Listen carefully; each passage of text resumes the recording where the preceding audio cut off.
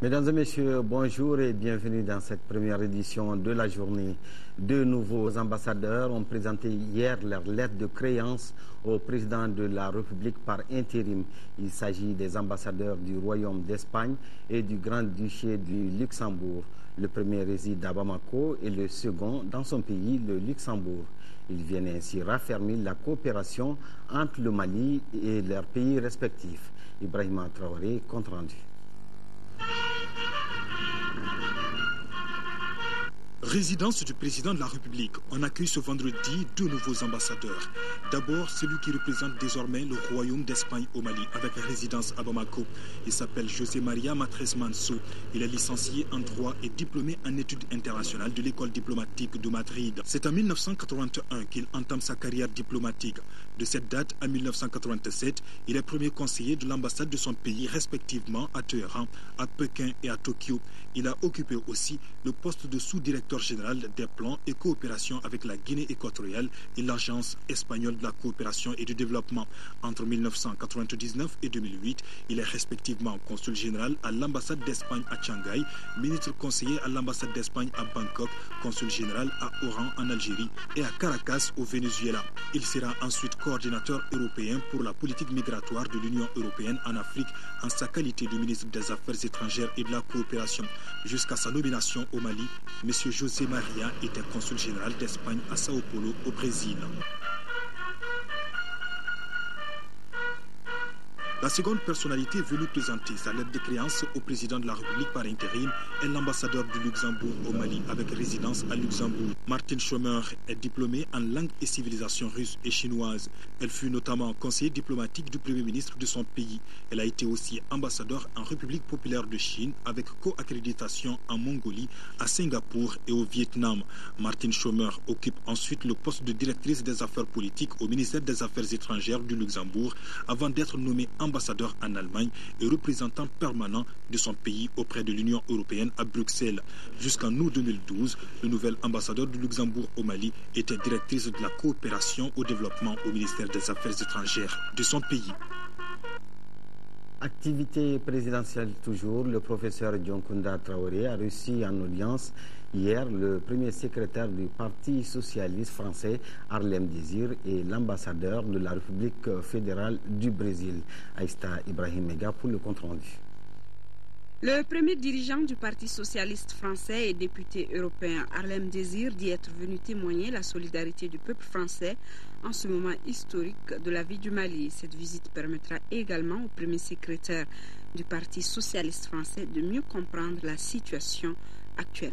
J'ai voulu témoigner par ma présence ici et par cette rencontre avec le président Dioncounda Traoré que nous allons écrire cette nouvelle page ensemble et qu'il faut que la société civile française et malienne, les forces politiques, les citoyens puissent continuer ensemble à intensifier leurs relations parce que l'avenir du Mali, il va s'écrire par l'organisation de ces élections présidentielles et législatives, et puis aussi par la solidarité qui devra exister dans tous les domaines. En ce qui concerne l'apport du Parti socialiste français à la sortie de crise, Harlem Désir répond.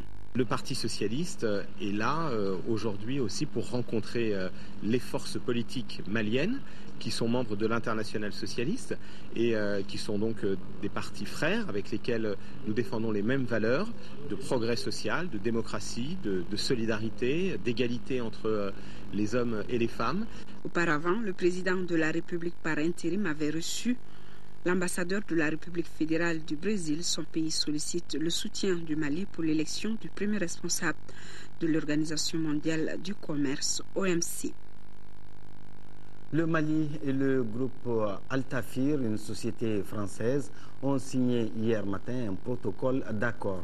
Cette signature de convention engage ce groupe sur une période de 4 ans à investir dans notre pays dans divers secteurs d'activité comme l'agro-industrie, les mines, les énergies renouvelables avec transfert de technologie au bout. Le Mali, de son côté, s'engage à sécuriser, entre autres, les investissements. Modibo Mariko. quitus au groupe Altafir pour investir au Mali. Cette société de droit français qui a vu en notre pays un bon risque serait intéressée à placer ses capitaux dans des domaines divers. Le gouvernement a des besoins en infrastructure à financer et nous souhaitons intervenir dans le solaire. Dans le premier domaine, on parle d'équipements marchands, soit pour des commerçants. On parle aussi de stations d'épuration. On parle du traitement des ordures. Voilà en gros les domaines que nous souhaitons, sur lesquels on est très intéressé. Le sucre est un sujet que nous souhaitons aborder avec une valorisation soit sur de l'éthanol. Mais avant tout, on veut développer le village, emmener de la valeur ajoutée dans les villages au Mali. Cette signature de protocole d'accord engage ainsi le groupe Altafir à investir des milliards au Mali en une période de 4 ans. Au-delà des investissements, le groupe s'emploiera aussi à favoriser les transferts de compétences et de technologies dans les secteurs concernés. Le Mali, de son côté, en plus de la mise à disposition des terrains, prendra des mesures pour sécuriser tous les investissements et accordera par la même occasion aux différents projets des avantages réglementaires. De bonnes nouvelles que le département du commerce et des industries espère voir en appeler d'autres. Au-delà de son caractère symbolique, cette cérémonie marque aussi pour notre pays le retour des investisseurs étrangers restés longtemps absents à cause de la crise qui a secoué notre pays. Le ministère du Commerce et de l'Industrie, pour sa part, vous donne l'assurance de son assistance et de sa coopération pour favoriser l'atteinte des objectifs visés. À l'image du groupe Altafir, j'invite d'autres investisseurs à venir explorer et exploiter les immenses potentialités d'investissement dont regorge notre pays, le Mali. Ces partenariats publics-privés, credo des autorités de notre pays, devraient contribuer dans les mois à venir à favoriser la création d'environnements propices au développement économique de notre pays. Un autre point contenu dans le protocole d'engagement signé de part et d'autre. Célébration de la journée mondiale de la médecine par la communauté turque vivant au Mali. C'était ce 14 mars au Radisson Blu. L'événement est organisé par le Collège Horizon à l'intention des parents d'élèves et des médecins. Le but de cette soirée était de parler du rôle des médecins et de l'importance de la vie humaine. Un reportage Fatmata Kone. La Turquie vient de célébrer la journée mondiale de la médecine au Mali, une journée célébrée le 14 mars chaque année. Cela à travers l'organisation de ce cocktail, initié par le Collège Horizon à l'intention des parents d'élèves médecins et autres amis de la Turquie. Occasion pour les organisateurs d'évoquer autour d'une table le rôle des médecins, l'importance de sauver des vies humaines, entre autres. La journée nationale des médecins est généralement célébrée dans les établissements médicaux et de soins de santé. Moment privilégié pour reconnaître les contributions faites par les médecins pour la vie des individus et des communautés. Cette personnalité de la santé, qui veut dire que vous, le médecin, vous prenez une belle place dans le service humanitaire. La Turquie est un partenaire privilégié de notre pays. C'est pourquoi ce pays accueille chaque année beaucoup d'étudiants maliens. Nous souhaitons qu'au-delà de la formation des médecins, la formation au niveau du supérieur soit diversifiée et que donc la coopération s'élargisse, n'est-ce pas, aux autres domaines, en particulier de l'enseignement supérieur. En Turquie, les médecins sont regroupés en associations. À travers cette association, la Turquie a posé des actes humanitaires dans plusieurs pays africains. Autre réalisation, la remise des ambulances à notre pays comme contribution à l'effort de guerre. Au Sénégal, Karim Wade est de nouveau convoqué par la justice de son pays, mais cette fois-ci pour enrichissement illicite. Il a 30 jours pour justifier ses richesses. Ses partisans mécontents sont descendus dans les rues pour protester. Wade de nouveau devant la justice. Cette fois, et c'est une première, il était convoqué par la Cour de répression de l'enrichissement illicite. Le fils et ex-ministre de l'ancien président sénégalais s'est présenté devant un procureur spécial. Il lui a ordonné de justifier ses revenus. Les militants de son parti, le PDS, crient au scandale et dénoncent l'illégalité de cette procédure. Comment voulez-vous qu'il juge un ancien ministre? Un ancien ministre a des privilèges, comme le président a des privilèges. Vous m'avez dit que personne ne peut juger le président actuellement parce qu'il est en exercice. Et vous voulez qu'on juge alors les anciens ministres et que la loi dit clairement que les anciens ministres doivent être jugés par la Haute Cour de justice. L'ex-parti au pouvoir s'était mobilisé pour soutenir Karim Wade.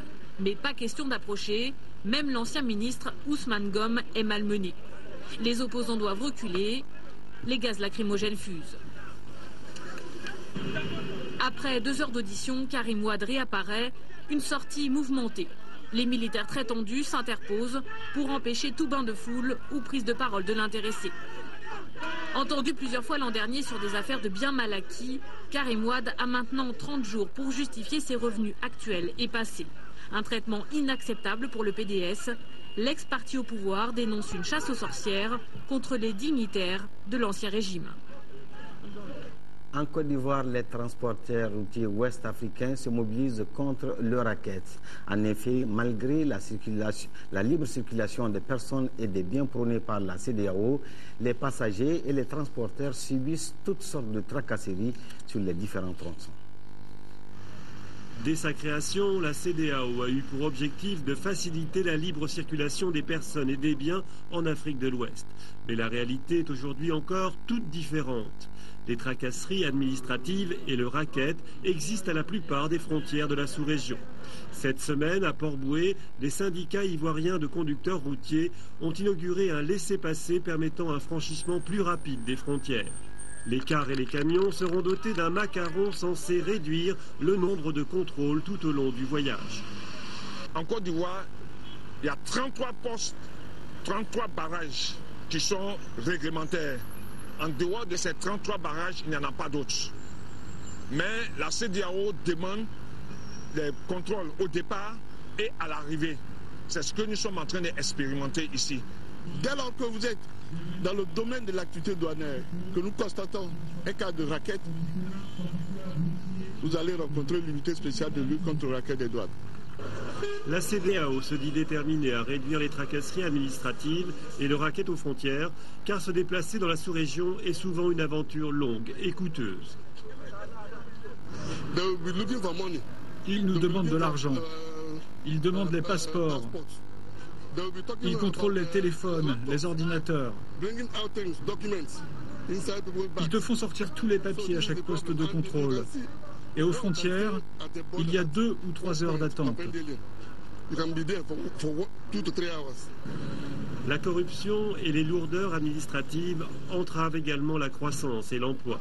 Elles empêchent de profiter des avantages économiques d'une large zone de libre-échange. La perception de l'histoire du conflit malien et ses conséquences sur le statut de la femme, c'est le thème d'une conférence débat tenue à la Maison de la Femme de Bamako. Elle est organisée par l'Association des juristes maliennes, AJM. Et selon la conférencière, les viols, les mariages précoces, les flagellations sont entre autres conséquences nées de l'occupation illicite de ces régions par les terroristes. Un reportage de Fademba Keita. Les femmes des régions du Nord sont celles qui ont payé le plus lourd tribut de l'occupation de ces localités par les groupes terroristes. Elles ont subi toutes sortes d'exactions, d'humiliations.